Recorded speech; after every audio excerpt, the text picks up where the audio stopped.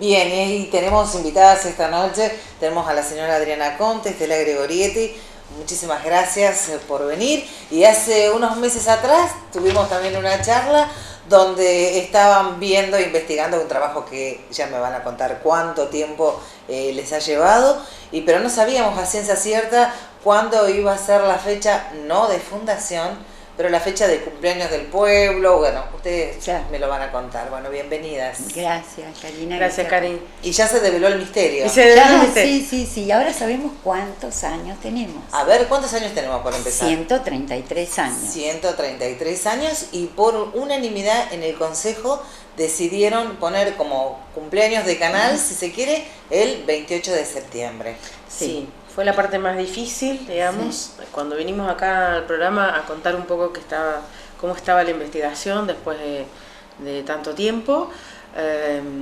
Bueno, nunca pensamos que iba a ser tan complicado llegar al resumen final, que nos llevó un año de trabajo, 3 años de investigación y un año el resumen final con las conclusiones, porque bueno, para hacer conclusiones tenés que empezar a releer y a buscar los hechos significativos, y lleva todo un trabajo de mucho tiempo y muchas horas, así que nos llevó un año llegar a esta fecha, que bueno, la Comisión por la Identidad en realidad llegó a la conclusión de que el año es 1886, sin animarnos a poner el día y el mes, ya que era un poco más complejo y había que consensuarlo un poco más con varios sectores, porque bueno, no se puede definir un día y un mes así nomás, y porque sí, tiene que haber algún hecho significativo de ese día. Sí podíamos y acentuar y comprobar que en 1886 ya estaba Canals como fundado, ¿no? ¿Y por qué deciden que el 28 de septiembre? Claro.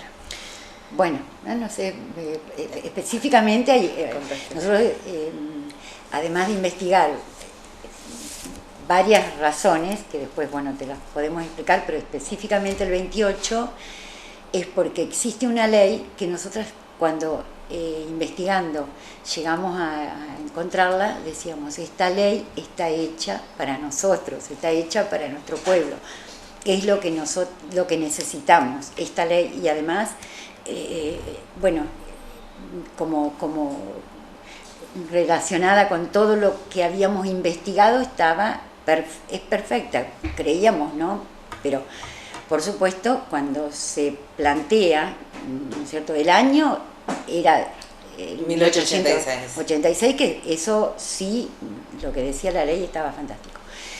Y la ley, en verdad, es de ese día, 28 de septiembre. Entonces, si bien tenemos 2 leyes anteriores que se relacionan con la misma fecha, una es una ley nacional y otra ley provincial, pero esta del 28 es la más completa, que es una ley nacional que nace en la Cámara de Senadores y Diputados de la Nación, relacionada con la expropiación de tierras en la zona, bueno, de la colonización, expropiación de tierras de fiscales, privadas o de particulares, para la construcción y para que pasaran las vías del ferrocarril y se construyera la estación, los galpones, depósitos y talleres. Es decir, que después de esta lugar, ley en ese lugar comienzan los ferrocarriles y comienza a crearse el pueblo. Claro. Sí, es un comienzo, digamos.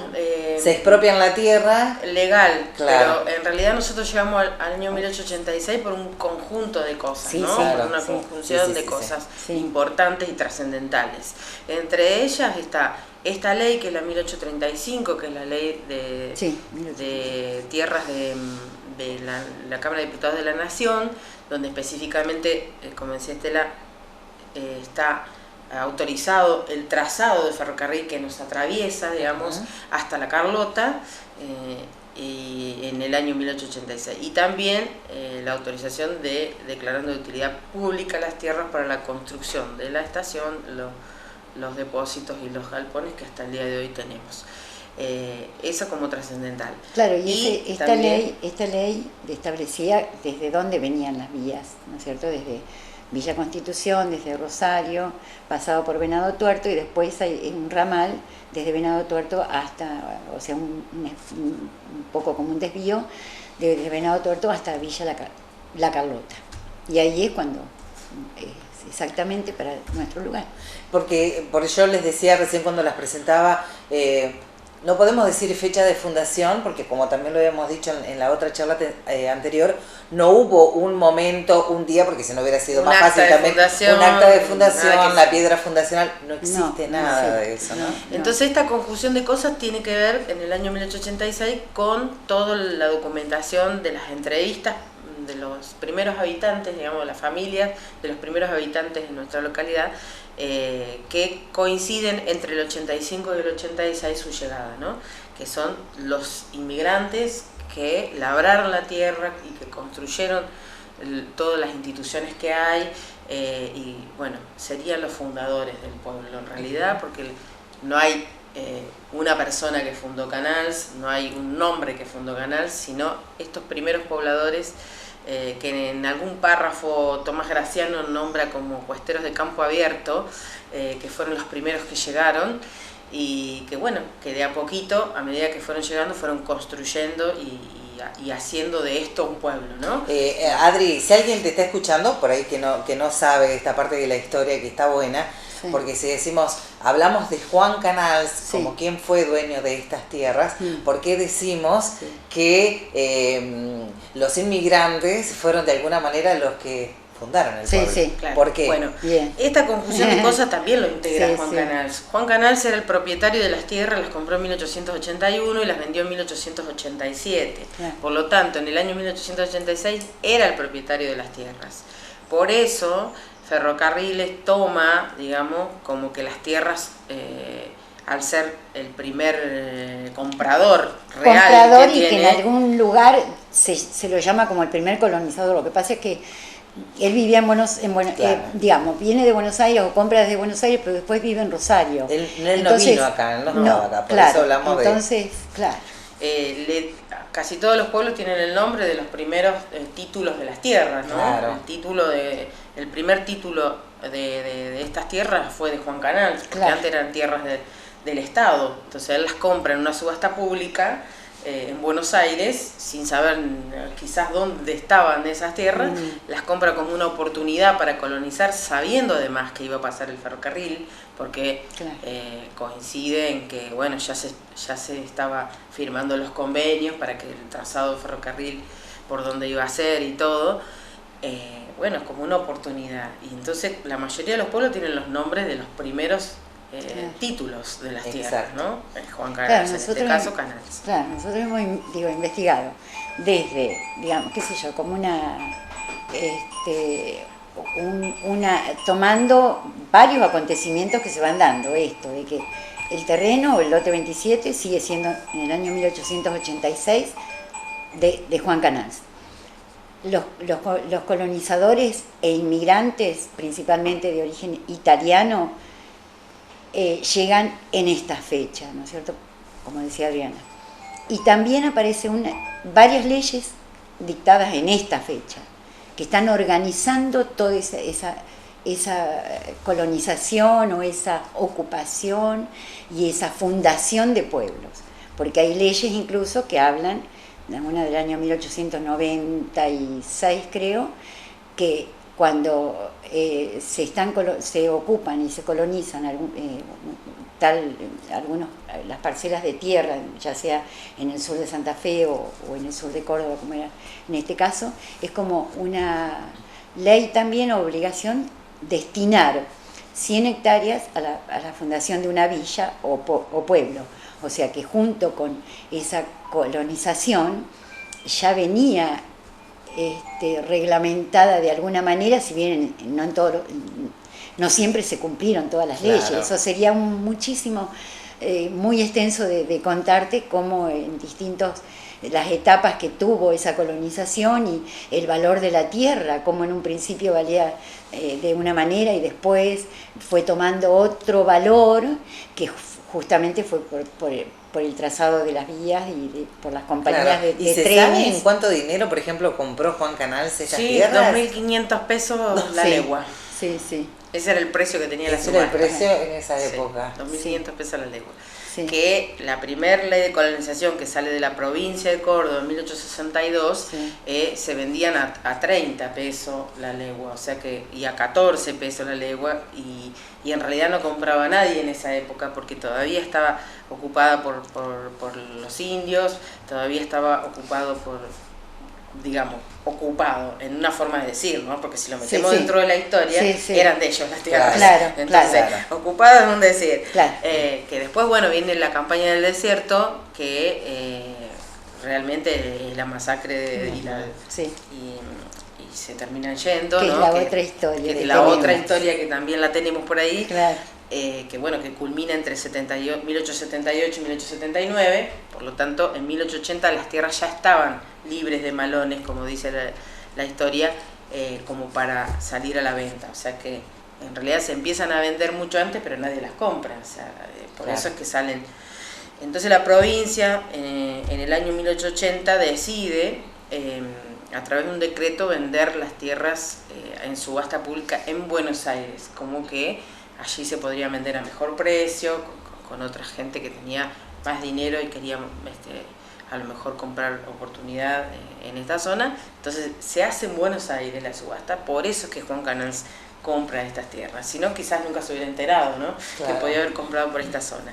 Y compra el lote 27, el 31, bueno, varios lotes, entre ellos hasta en Cruz Alta, que después se la vende su amigo Arteaga, que estaban las cartas de Arteaga lo cuentan, que bueno, también porque por allí pasaba otro ramal del ferrocarril, ¿no? Claro. Así que, pero mucho peso tuvo en la conclusión los testimonios de la gente que estuvo acá como primeros habitantes. Hay muchísimos apellidos que nosotros Sí. incluso los hemos rescatado y que tenemos la historia de cada uno de ellos que fue contando en las entrevistas. Ahora, Gracias a Dios que hay muchas alguno- familias que han alguno de los guardado cosas, apellidos. ¿no? Que Bueno, se porque acuerde. nosotros mismas nos sorprendíamos cuando van apareciendo los apellidos, porque es algo como natural en la investigación y en el testimonio oral, en esa memoria que nos van contando de los abuelos, de los bisabuelos, de los documentos que nos van trayendo, algunos de recibos de las compras de campo o la escritura del campo, y bueno, nos vamos sorprendiendo. Y en algunos casos, por ejemplo, que creíamos de la firma de Luis Mañasco y compañía, que nosotros creíamos que había estado mucho antes aquí, o que había comprado en Colonia la Genovesa, porque toda esa zona es Colonia la Genovesa, la Piamontesa, Claro. bueno, varias colonias son. Y nosotros creíamos que habían estado desde antes investigando y forzando bien, encontrando más fechas, nos damos cuenta que no, que ellos, si bien después van a ser mediadores en esa llegada de tantos italianos también a esta zona, y la preocupación de ellos por la ocupación en colonias también, y la formación de pueblos, que es muy interesante, realmente la firma de Luis Mañasco fue de un gran progreso en toda la zona, y aparte, bueno, todas las fábricas que ellos después que fundaron en otros lugares, ¿no? En Buenos Aires, en Santa Fe, muchísimo. Pero bueno, Pero después nos apellidos fuimos hay cambiando muchísimos. con los apellidos. Tenemos la historia de la familia Trollet, que también es una historia que se conjuga con la familia Thomas, ya que, bueno, además de venir a estas colonias en el año 85, también se empiezan a formar familias entre ellos, ¿no? Y bueno, tienen una historia familiar fantástica, y por suerte que mucha gente se ocupó de eso, ¿no? Alejandro Thomas nos alcanzó todo, él hizo toda su historia familiar, su llegada desde Italia, de su familia, desde Francia, también de gente de Francia y italianos, y bueno, todo eso nos fue ayudando entre las fechas de la llegada de los inmigrantes y todo eso fue conjugándose como para formar una fecha. Y una cosa interesante es que porque bueno, algunos viste, que siempre viajan a Europa y han estado viajando mucha gente, y siempre nos cuentan que como en Europa hay lugares, archivos, qué sé yo, cancillerías, eran consulados, distintos lugares de inmigrantes, y donde algunas familias, como también por ejemplo Fercodini, han conseguido en la casa del inmigrante, que ahora por suerte nosotros acá en Buenos Aires también, pero datos, ¿no? Y como en otros países también esto es muy importante, conocer las raíces, qué pasó, de dónde vinieron, qué hicieron los abuelos, por qué partieron, en qué momento, cómo se distribuían esos familiares, porque una cosa que nosotros descubrimos también, el hecho de hacer la América, porque es toda una etapa histórica, en la que Argentina es el granero del mundo.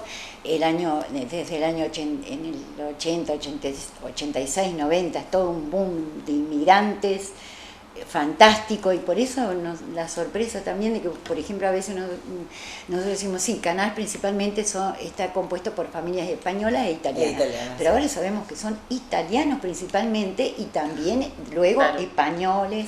Y bueno, esa preocupación que también uno veía, que conoce, que sabe que en otros países del mundo existe por cuidar y por conocer qué hicieron la historia de su familia. Y bueno, nosotros, como decimos, tenemos el deber también de conocer esto, de conocer la historia de nuestros abuelos. Me decías recién, Tomás, que te había acercado un montón de material y que se encargó de armar, si se quiere, todo el árbol y toda la historia de su familia. Sirvió también para que él pudiera hacer eso, ¿no? Sí, claro. Así como él, seguramente. Muchas familias, la familia Fercodini, familias Peiretti, las dos familias Peiretti que colaboraron un montón, que vinieron incluso en 1880. Ya estaban en la zona, o sea, de eso hay muchísimo material, que bueno, por eso en la ordenanza que hicimos conjuntamente con Luciano Boledo, que se acopló al final a esta investigación y que también, bueno, colaboró con la ordenanza, pusimos a hacer un archivo histórico, digamos, va a haber un archivo histórico local de todas las raíces de nuestras familias, en el Consejo Deliberante, por esto que hay tanto material de tantas familias que por suerte lo fueron guardando y tienen esa historia para contar, que fue muy valiosa en esta investigación, muy valiosa, que nosotros, digamos, Estela hizo casi 110 entrevistas. Estela, te averiguaste todo. Bueno, ella es una apasionada de la historia. Y bueno, claro. Yo creo que todos terminaron apasionados. No, terminamos todos apasionados de la historia, compenetrados con esto. Realmente le dedicamos mucho tiempo y aprendimos mucho. Qué lindo. Y hay muchas cosas para contar, ¿no? Que esto, bueno, lo hicimos en un resumen muy chico como para poder llevarlo a papel, ¿no? Pero para contar y para leer hay muchísimo material de mucha gente. ¿Se va a hacer un libro? Sí, ¿no? Bueno, la idea es que se haga un libro. En eso Luciano ha estado trabajando con algunos chicos del profesorado. Bueno, un libro de consulta, decía él, ¿no? Para las escuelas. Y es muy importante claro, porque si vos hablas de los aborígenes, por ejemplo, a lo mejor le preguntás a un niño o a un adolescente cuáles eran los aborígenes que estaban en esta zona, en el Río Cuarto, cuál era el fuerte o el fortín que estaba en esta zona, o el Río Cuarto, o por Arias, Ledesma, bueno, la Carlota, y no están muy seguros, y hay muchas cositas que qué sé yo, bueno, la Merced de Arrascaeta, ¿qué abarcaba eso? ¿Qué era eso? ¿Por qué hablamos de eso en esta zona? Y cómo fue cambiando, si eran tierras que se les había donado el rey, como después dejan de ser de este señor, y por qué se transforman en tierras que otros van a ir comprando y que después van a ir con... No, es apasionante. Entonces, para que se sepa todo eso, es muy importante que haya un libro. Claro que sí. Que esté registrado así, con fechas, que es importante, porque uno dice, ¿de cuándo vinieron los aborígenes acá? ¿Qué aborígenes eran? ¿Y por qué desaparecen? Claro, no es que estos colonizadores lucharon contra los aborígenes.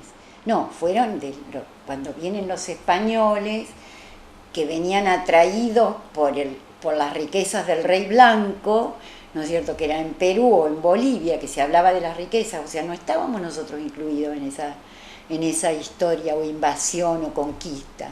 Lo que pasa es que cuando ellos entran por el Río de la Plata, tienen que ir para el norte. Y algunos vinieron para el sur por algunas otras razones, como, qué sé yo, Jerónimo Luis de Cabrera, que funda. Y además por ese camino del Inca, que nadie sabía bien cómo era, de dónde era, y si estaban a la orilla de la cordillera y todo eso. Entonces todo eso hace que nosotros después, o sea, el aborigen que habitaba, se viera involucrado en una lucha sangrienta que se dio de dos culturas. Esa que venía de Europa con un fin también a lo mejor cruel y de ambición, de ocupar territorios en busca de más riqueza. De más riqueza, exacto. Que se daba, porque en Europa se daba todo eso, que bueno, cuando descubrió Colón América dijo acá es una tierra donde hay mucha riqueza. Y bueno, y después toda la gente, y bueno, todo ese encuentro de dos culturas provoca lo que cuando se dictan todas estas leyes y en el año 86 eso ya, después de los fortines y todo eso ya no estaba. Pensemos que, por ejemplo, en el año 1886 estaba Sarmiento gobernando, y entonces él ya tenía una idea de bueno, era Roca, Julio Argentino Roca, cuando hace la conquista, no era español, ni era italiano, nació en Tucumán. Era un argentino. Si uno se pone a pensar, entonces cómo todo es toda una conjunción de razas y que nos va llevando a una historia y a la conclusión. Como decíamos, bueno, seguramente el proyecto que se va a llevar a cabo del libro, porque además necesitamos todos sentarnos, leer, saber de nuestra historia y de nuestros orígenes. Y otra pregunta que por ahí me interesa, dentro de las escuelas, ¿se va a poder, se va a trabajar sobre la historia de Canal? Y bueno, esto como que recién comienza, ¿no? Después pero la idea es un final, hay un principio, claro. Es al revés, claro. Digamos, llegamos a esta conclusión, tenemos una cantidad de archivos y de porque y de hay historias, tanta información y tanta cosa que ahora hay que armarla para que todo el mundo la conozca, ¿no? Exacto. Que esa es la idea. Bueno, pensamos acomodarnos un poco ahora en enero y febrero como para arrancar en marzo, bueno, con hacer un video, una charla, contando un poco la experiencia y todo el material que hay, la inauguración del archivo histórico para que la gente tenga acceso a a la investigación, y bueno, ir acoplando colegios, profesores, claro, que se preparen en esto como para que en las escuelas se empiece a dar a conocer la historia y las raíces de Canals. De Canals, claro que sí. Bueno, va a llevar todo un proceso seguro, hay que arrancar. Hay que armarlo, todo. Hay que arrancar en marzo con todo esto. Yo también fuera de cámara les preguntaba si se iba a hacer una charla, porque por ahí las entrevistas, pero queda tanto, porque si no necesitamos, claro, ustedes tienen tanto material. Lo de la charla es una deuda, digamos, ya que tenemos que cumplir, claro, porque incluso cuando vino Romina Garcilaso, que contaba la historia, digamos, la investigación que ella hizo con la beca del CONICET sobre la vida personal de Juan Canals, nos dimos cuenta que el público tenía necesidad de saber del pueblo, en realidad, de Canals. Sí. Y dijimos, bueno, nosotros nos comprometimos en que lo vamos a hacer a la charla y vamos a contar todo lo que hemos encontrado, toda la investigación que se realizó. Incluso para que la gente pueda preguntar. Porque claro, lo rico que es esto, claro, el material, hay cantidad de cosas impresionantes, ¿no? De anécdotas, de acontecimientos, de la historia de todos estos años. Entonces, bueno, es un camino para recorrer ahora, para contar toda la experiencia y el proceso de la investigación. Bueno, también tuvimos colaboración de todas las familias, del archivo histórico, de ferrocarriles, de mucha gente que colaboró, colaboró con esto. Claro. El escribano Guaccione, el padre Hugo, un montón de gente que realmente esto no lo hicimos solas, sino con la colaboración de todo el mundo que fue trayendo cosas para leer, para resumir y para... Es decir, que a partir del año que viene, el 28 de septiembre, vamos a festejar 134 años, claro, el próximo 28 de septiembre. Claro. Así vamos a festejar el cumpleaños de Canals. Claro, exactamente. Bueno, va a ser el primer festejo que se va a hacer. El primer festejo, sí. Así que tiene que ser Así que va a haber dos Importante. festejos en septiembre. Claro, El tenemos. 14, que no es el Día del Pueblo, es el Día del Santo Patrono desde hace 120 años, y el día de cumpleaños de Canals, que va a ser 134 años, el 28. Claro, porque nosotros hasta este año tomábamos el Día del Pueblo el Sí. 14 de Claro. septiembre. Y Claro. ahora nos vamos a encontrar en septiembre con dos fechas. El 14 de septiembre, que es el Día del Santo Patrono, Sí. y el 28 de septiembre, que va a ser el cumpleaños de Canals. Claro. Claro, exactamente. día histórico. Día digamos. histórico, claro. Después de investigar esa historia Sí. donde el individuo, decimos nosotros, en esa, porque uno vas haciendo, cuando haces las entrevistas y hablas con uno y con otro, es la persona que te va guiando hacia, es digamos el efecto de otras causas, ¿no es cierto? Entonces, en las historias uno emplea el método inductivo, deductivo, sintético, y vas de lo particular a lo general y vas tratando de a ver cómo se llegó a la fundación de Canals, a integrar esta comunidad de muchos individuos, quién influenció para que esto sucediera y cómo fue ese ir y venir de la persona o individuo y la comunidad, que eso es retroalimentado uno y otro. Entonces lo que da origen y lo que forma la historia. Claro. Que Y uno aparte la cuenta investigación eso. nos fue llevando Sí. y cambiando de rumbo continuamente, porque si bien releímos la investigación que hizo la licenciada Nieto y Sí. Lo Celso en el año 1993, donde son dos licenciadas de la Universidad de Córdoba que se limitaron a investigar lo que había en archivo histórico, o sea, lo que había en papel, que es muy poquito, o sea, casi nada hay en papel, y bueno, y la conclusión que sacaron ellos que, bueno, el papel más importante era que el decreto donde pasa el primer ferrocarril, ¿no? En el Claro. año 1891. Y bueno, y ahí nosotros empezamos a evaluar que era fría la historia, que no Claro. tenía contenido, que no tenía nada, digamos, que llevara a que, bueno, ¿cuándo Sí. nació un pueblo? ¿Cuándo nace un pueblo? ¿Cuándo se forma un pueblo? ¿Cómo se forma un pueblo? Entonces todo eso nos fue cambiando el rumbo de la investigación y fuimos entrando en las primeras familias y empezamos Claro. a investigar de lo vivo de la historia, ¿no? Claro, Que- la vida misma de las personas, ¿por qué están acá esas personas? Entonces, porque uno sí, podés deducir de un documento un acontecimiento, pero es, como decíamos, algo medio como que no tiene firmeza, es algo así, falto de sentimiento humano. Claro. o de vida. Bueno, la ya, vida. además que ya que la investigación se haya hecho con gente de aquí de Canals, Claro, es diferente. Tiene otro, Sí. Tiene no otro sé, contenido, otro contenido otro desde lo sentimiento, emocional. tiene otro- Claro, ¿no?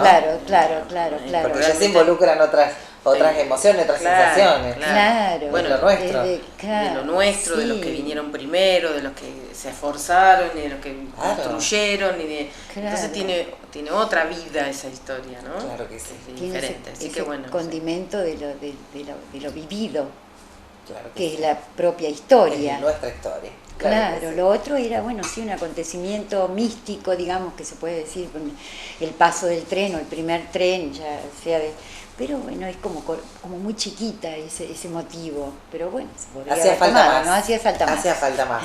Bueno, Estela, Adriana, queda mucho por hablar, pero vamos a esperar la charla. Sí. Yo la estoy esperando Ah. para enterarnos de todo, porque va a haber tantos detalles y tantas historias. Los detalles y tantas- son Sí. apasionantes, Claro. digamos, que te Sí, sí. penetran en... Sí, porque nosotros veíamos, analizábamos cada palabra, cada hecho, cada persona que traía algo, y volvíamos y nuevamente a hacernos preguntas, y esos detalles que parece que, bueno, que no, pero no sé por qué esa fecha, por qué en ese lugar, por qué tal colonia, cómo era esa colonia, dónde ubicada exactamente, y por qué primero esto y no lo otro. A veces detalles que a lo mejor apasionantes, sí. en primer momento parecen insignificantes y después terminan dando Sí, vuelta a la historia, porque exactamente, es así, ¿no? sí. Es Bueno, así. porque también después hicimos una investigación en el cementerio, bueno, de las primeras tumbas, también hay Sí. todo un resumen sí. de la historia del cementerio, Sí, hay sí. de la iglesia, hay bueno, de distintas instituciones que fueron poniendo su granito también de acuerdo a las actas de fundación, de quiénes eran las personas que estuvieron primero para fundarla, y eso te va llevando todo a hilvanar, ¿no? Apellidos, nombres, fechas, que te va construyendo la historia. Claro, uno dice el cementerio, es como que uno, no sé, es un lugar como que está lejos y no sé si uno lo puede ir a visitar siempre o qué importancia puede tener. Resulta que en una investigación y en un querer armar nuestra historia es muy importante, porque ahí están los abuelos, los primeros, los pioneros, los que forzaron, los que crearon, los que fueron los que originaron las instituciones en nuestro pueblo, porque así comenzando a investigar sabemos por qué la primera institución era de italianos. Claro. El 47% de la población en 1890 en la provincia de Córdoba, en el sur de Córdoba, era de italianos. Entonces ahí nace un poco por qué tenemos tanta descendencia italiana, por qué tantos apellidos italianos. Después llegaron los franceses, bueno, y fueron llegando los españoles, pero los primeros fueron italianos. Y con decirte que las calles tenían nombres de lugares de Italia, como Génova, como Milán, como bueno, todo tenía un porqué, ¿no? Claro y así fuimos construyendo. Y hasta viendo la idiosincrasia del italiano, ¿no es cierto? ¿Cuál es la esencia de esa raza? Y bueno, es la luz, es el trabajo, el ahorro, el trabajo de la tierra principalmente, muy trabajador. Que el español viene de una raza de nobles, o sea, en general viene conquistando con un poco más de mando, de imposición por nobleza. En cambio, el italiano es el trabajador que soporta las inclemencias del clima, si padece a lo mejor o que no puede comer también. Y acá el clima no era tan benévolo, no era la pampa húmeda, es una zona un poco de transición donde también había vientos muy fuertes, épocas de sequía, fríos, así con diferentes temperaturas, todo eso muy soportado por los italianos y no pretendían tanto, ellos venían sabían que querían progresar. Bueno, ahora van a hacer otro hilo más que es eso, ¿no? De conjugar los primeros habitantes con el lugar de donde vinieron, que es otra historia aparte que tenemos que armar, porque bueno, Canals era español y no podemos ligar Canals con España porque no hay conexión con los primeros habitantes, así que la tenemos que ligar con Italia. Y bueno, vamos a hacer un estudio de las familias italianas para ver de qué zona principalmente vinieron, que creemos que es Génova, pero bueno, ya vamos a hacer una investigación más fina en eso. Qué bueno, qué lindo. Todo esto abre puertas y un montón de cosas que por ahí no se imaginan ahora y que van a ir sucediendo. Bueno, yo agradecerles y nos vamos a volver a encontrar y vamos a seguir charlando acerca de esta historia de Canals. Felicitaciones a ustedes y a todo el grupo, a toda la gente que ha trabajado, a toda la gente que colaboró. Así que ya sabemos que el 28 de septiembre vamos a festejar el cumpleaños de Canals. Gracias, Cari, muy amable. Gracias.